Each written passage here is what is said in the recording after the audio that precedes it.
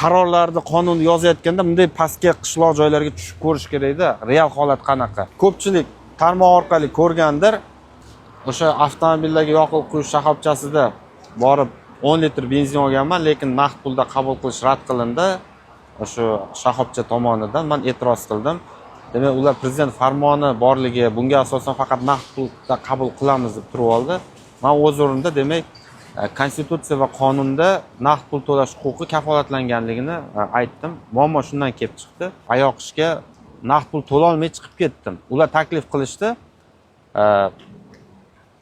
Bankomat orqali, infokiosk orqali kartaga tashab, foiz olib qolar ekan, keyin to'lov qilishdi. Men rad qildim. Nimaga o'zim O'zbekistonning Markaziy banki tasdiqlagan qonuniy to'lov vositasi bo'lgan qog'oz pul, tan olingan pul nimaga qabul qilinmaydi u? Hozir chet joylarda, qishloq joylarda ayniqsa eshityapmiz, o'sha to'lov qilishda zapravkalarga 5% dan ba'zi joylarda 10% gacha xizmat haqi olishyapti. Ya'ni odamlar yo'qotyapti-da. Oddiy aytganda bu harakatlar mamlakatning kambag'al qatlamini cho'ntagiga uryapti, ya'ni.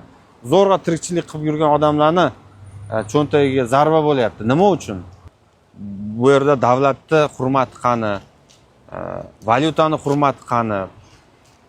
Mayli onlayn to'lovga o'tish kerakdir, lekin u degan fuqarolardagi bo'lgan naqd pul to'lash huquqi, qonun va konstitutsiyadagi huquq yo'q bo'lib qolishi kerak emas-ku. Qonun ustuvorligi nuqtai nazaridan, mamlakat obro'si nuqtai nazaridan men aytdimki, bu holatda demak keyinchalik sud orqali oydinlik kiritamiz. Va bugun demak suddan so'raganimiz mana shu naqd pul to'lovini rad qilinishi noqonuniy deb topish va o'sha shoxobcha mendan naqd pulni qabul qilib olishini so'rayapman. Undan tashqari menga o'sha yetkazilgan ma'naviy zarar uchun 1 so'm miqdorida ramziy zarar miqdori so'rayapman. Bu o'z-o'zidan bu 1 so'm ishlasani hal qilmaydi deyilishi mumkindir. Bu yerda nima deydi? Qanaqadir katta miqdorda pul olish niyati yo'q, shunchaki mana shu naqd pulni rad qilinishi bu noqonuniy ekanligini prinsipial ravishda ko'rsatish ma'nosida so'radik biz. Endi bugun javobgar vakili kelmaganligi sababli sud kelgusi hafta seshanba kuniga qoldirildi.